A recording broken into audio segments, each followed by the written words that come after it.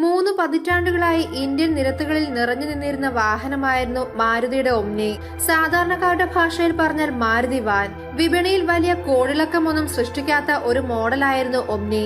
എന്നാൽ വലിയ ഉൾവശവും ക്യാബിനും വാഹനത്തിന് ജനപ്രീതി നേടിക്കൊടുത്തിരുന്നു.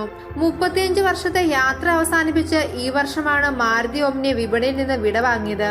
1984 ഒമ്നി ആദ്യമായി ഇന്ത്യൻ വിപണിയിലെത്തിയത്. അന്നു മുതൽ കാലഘട്ടങ്ങൾക്കനുസരിച്ച് വിവിധ മാറ്റങ്ങൾ കമ്പനി വാഹനത്തിന് നൽകിയെങ്കിലും ആദ്യ മോഡലിന്റെ ബോക്സ് ശൈലി തന്നെയാണ് കാലമിത്രയും നിർമ്മാതാക്കൾ തുടർന്നത്. രാജ്യത്ത് അടുത്ത കാലത്ത് നിലവിൽ വന്ന സുരക്ഷാ നിയമങ്ങളും മലിനീകരണ നിരോധന ചട്ടങ്ങളുമാണ് ഒമ്നി നിർത്തലാക്കാൻ നിർമ്മാതാക്കൾ തീരുമാനിച്ചത്. 35 വർഷം കഴിഞ്ഞിരുന്നെങ്കിലും പ്രതിമാസം 6000 മുതൽ 7000 യൂണിറ്റ് വിൽപ്പനയുണ്ടായിരുന്നു ഒമ്നിക്ക്.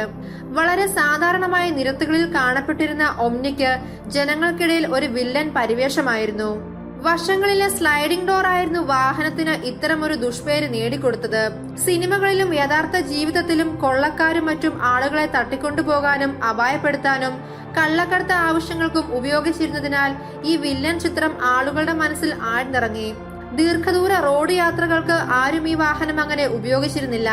എന്നാൽ പൂർണ്ണമായ രൂപഭാവം മാറ്റിയ ഒരു മാസ് റോഡ് സ്ട്രിപ്പ് ഒമ്നിയാണ് ഇവിടെ കാഴ്ചവെക്കുന്നത്. ഒരു സാധാരണ മോഡിഫിക്കേഷൻ മാത്രമല്ല ഇത്, വാഹനത്തെ അടിമുടി പൊളിച്ചു പണിതിരിക്കുകയാണ്. മാരുതി ജിപ്സിയിൽ നിന്നുമാണ് പല പാർട്സുകളും കടമെടുത്തിരിക്കുന്നത്.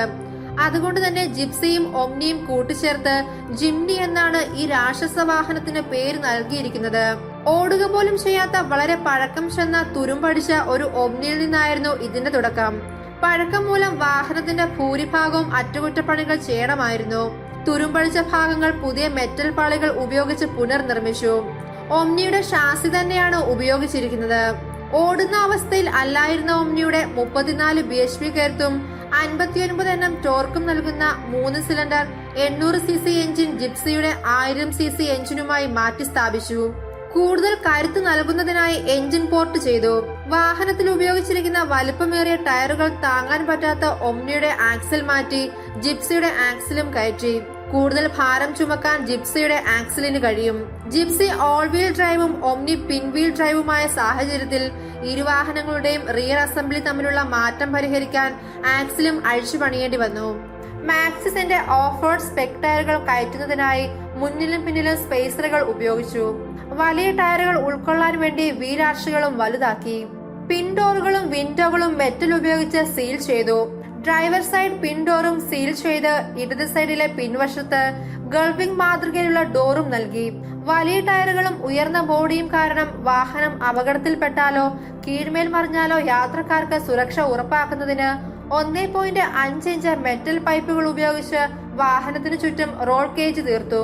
റോഡ് ട്രിപ്പിൽ കൂടുതൽ സാധനങ്ങൾ കൊണ്ടുപോകുന്നതിനായി വാഹനത്തിന്റെ പിന്നിൽ ഒരു റാക്ക് കൂടെ ഘടിപ്പിച്ചിട്ടുണ്ട്.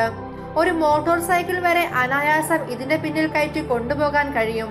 ക്യാമ്പിങ്ങിനും മറ്റ് അഡ്വഞ്ചറുകൾക്കും ഇത് വളരെ ഉപകാരപ്രദമാണ്. മുന്നിൽ വലിയ ക്രാഷ് ഗാർഡും ഇരുട്ടിനെ പകലാക്കുന്ന 6 ഫോഗ് ലാമ്പുകൾ, പിന്നിൽ വലിയൊരു LED ലൈറ്റ് ബാർ എന്നിവയും നൽകിയിട്ടുണ്ട്.